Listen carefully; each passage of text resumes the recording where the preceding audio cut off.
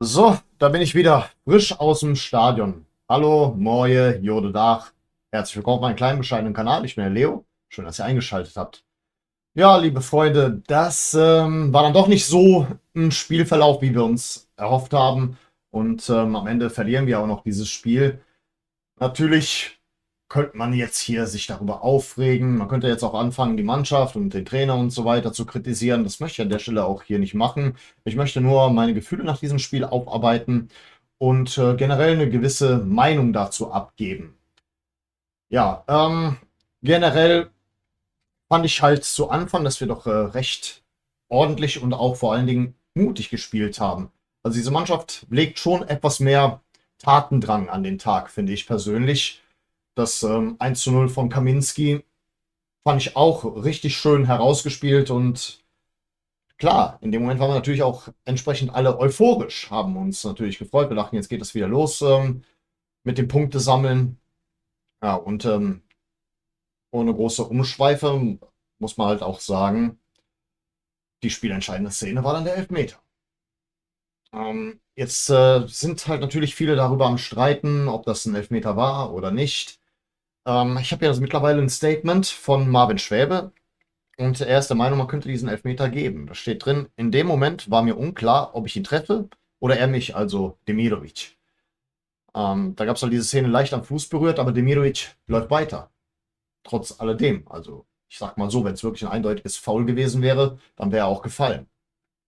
Ist halt nicht der Fall gewesen, aber trotzdem. Er sagt dann, im Spiel gibt ihn der Schiedsrichter nicht, weil der Spieler weiterläuft, also Demirovic.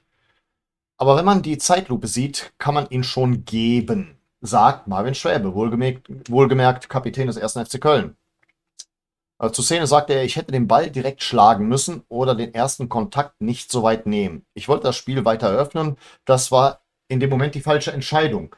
Okay, ja, das ist dann natürlich entsprechend auch einsichtig und nun ja, trotz alledem, ich fand, der Schiedsrichter hat reichlich merkwürdige Entscheidungen getroffen. Hat auch lange gedauert, bis er mal die erste Karte gezückt hat. Die ging dann, soweit ich weiß, auch direkt wieder an uns. Gab es überhaupt für die Stuttgarter Karten? Muss ich auch nochmal entsprechend hier mal nachsehen. Aber generell war ein merkwürdiges Spiel.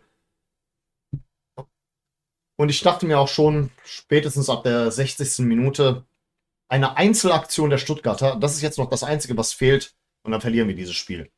Ja, diese Einzelaktion, die hat halt Wagnermann in der 81. Minute dann noch wahrgenommen.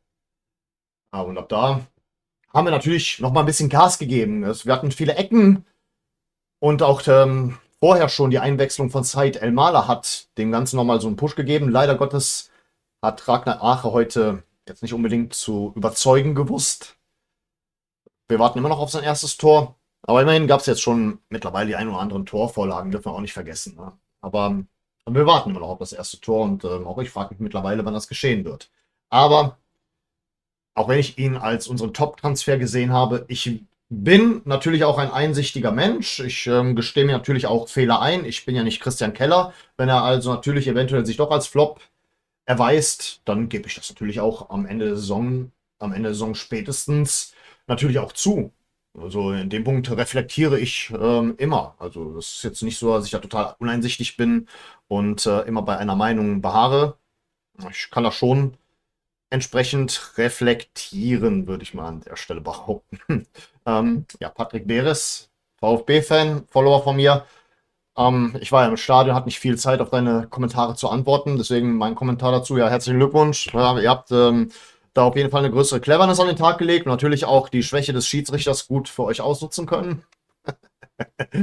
Ja, da kann man natürlich jetzt auch die Schuld weiterhin beim Schiedsrichter suchen, aber ist halt auch ein bisschen blöd gelaufen, dass einige unserer Offensivaktionen dann halt leider kein Tor, aber kein Erzielen eines Tores verursacht haben. Ist halt im Nachhinein so, aber schlecht haben wir nicht gespielt.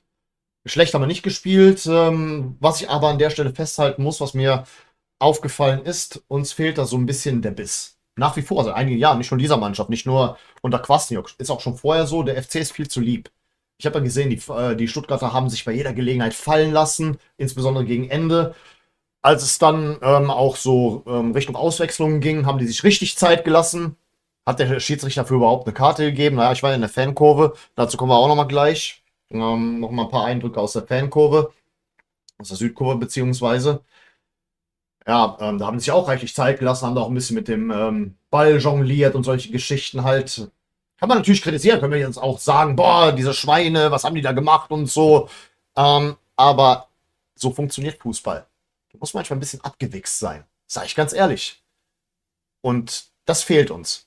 Sowas müssen wir auch mal machen. Ja, ganz ehrlich, hiermit rufe ich auch ein bisschen vielleicht zu solchen Drecksaktionen auf, mal ab und zu mal eine Schwalbe versuchen oder auch ein bisschen sich Zeit bei den Auswechslungen lassen, wenn man dann mal in Führung liegt. Sollten wir auch mal machen. Machen wir seit Jahren nicht. Der FC ist eine viel zu ehrliche Haut. Das ist mir die letzten Jahre richtig aufgefallen. Also der FC, habe ich ja schon mal gesagt, der ist wie dieser eine Typ, der auf der Straße einen 100-Euro-Schein findet und das zur Polizei bringt, damit eventuell sich der Besitzer finden lässt. So ungefähr ist der erste FC Köln vom Mindset her. Das müssen wir mal ablegen. Klar, als Trainer sagst du natürlich nicht, hey, lass dich mal fallen, mach eine Schwalbe oder ähnliches. Aber vielleicht sollten die Spieler das für sich mal so verinnerlichen. Ja, das ist so mein entsprechender Eindruck dazu. Ja, im Eifer des Gefechts, ich komme ja wie gesagt direkt aus dem Stadion, habe ich nicht bemerkt, dass ich das Mikrofon nicht an mich herangezogen habe.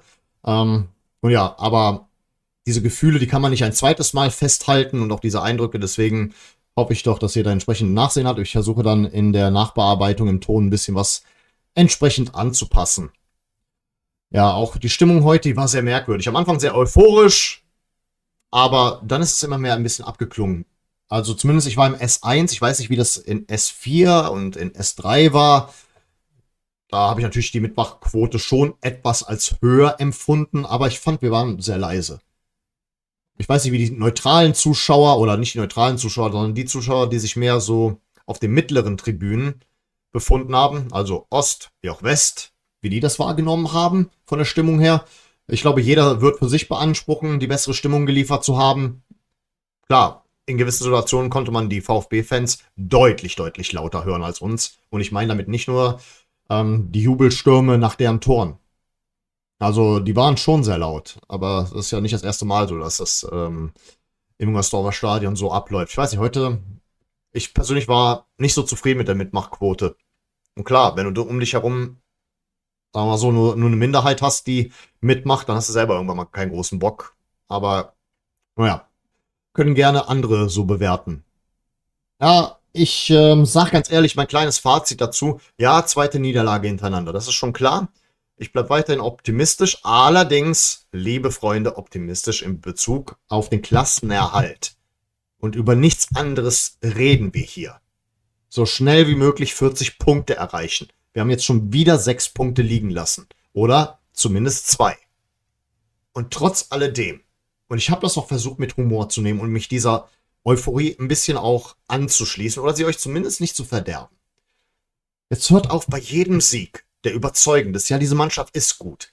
Aber sie ist gerade mal gut genug, um etwas mehr vielleicht als den Klassenerhalt zu schaffen. Vielleicht etwas mehr als den Klassenerhalt. Wir dürfen nicht vergessen, wir haben heute gegen den DFB-Pokalsieger verloren.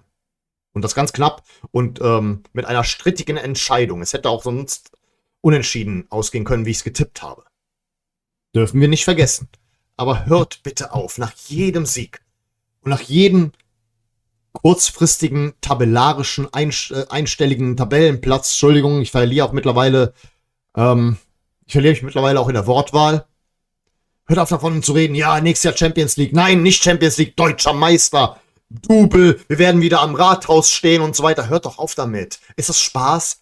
Ist das wirklich Spaß? Wenn ich ja hier diese ganzen Leute sehe, die auch ein bisschen so Social Media und so weiter machen, die dann sagen, Leute, was geht hier? Boah, ich glaube, wir schaffen es in die Champions League und so ein Scheiß.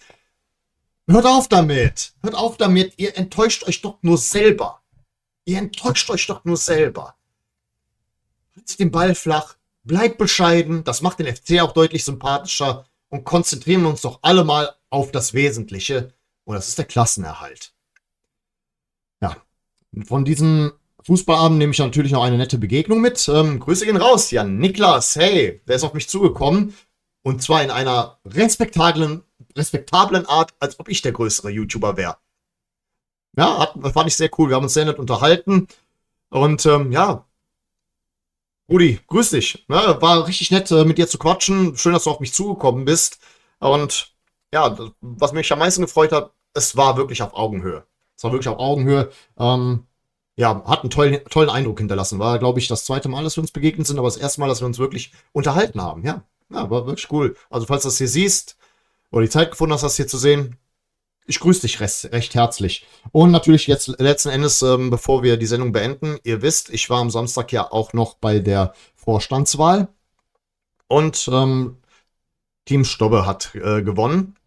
Und dementsprechend möchte ich natürlich auch dem neuen Vorstand viel Glück bei seiner Arbeit wünschen. Ich hoffe, sie werden im besten Interesse der FC-Fans agieren.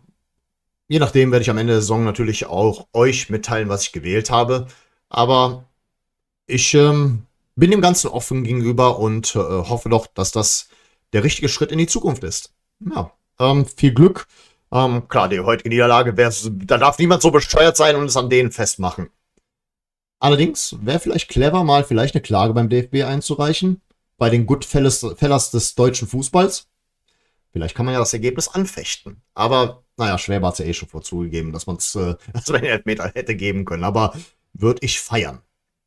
Ähm, war auch eine sehr interessante Vorstandswahl. Man hat gemerkt, dass es sehr viele Strömungen innerhalb des ersten FC Köln gibt. Wir waren natürlich alle wahnsinnig geworden, als wir dann gehört haben, 50 Wortmeldungen. Nicht mal ich habe es gewagt, bei so einer wichtigen Wahl so eine Wortmeldung einzureichen. Ich sag mal so, jeder hat natürlich allein schon aus demokratischer Sicht und aus vereinstechnischer Sicht das Recht, sich zu melden. Aber keine Ahnung, wenn ich mich gemeldet hätte und ich sehe, dass da 50 Wortmeldungen angekündigt werden, ich hätte es ehrlich gesagt zurückgezogen, damit wir so schnell wie möglich zu der Vorstandswahl kommen. Aber gut, ist meine eigene Meinung. Die ist nicht in Stein gemeißelt. Aber war ein interessanter Abend.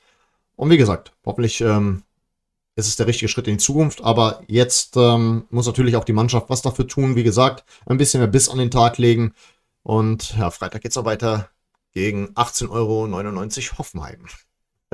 Ja, und das wäre es dann erstmal für diesen Spieltag. Ich bedanke mich recht herzlich für eure Aufmerksamkeit. Vielen Dank fürs Zusehen und dann sage ich mal an der Stelle auf Wiedersehen. Denn wir wollen uns doch wiedersehen.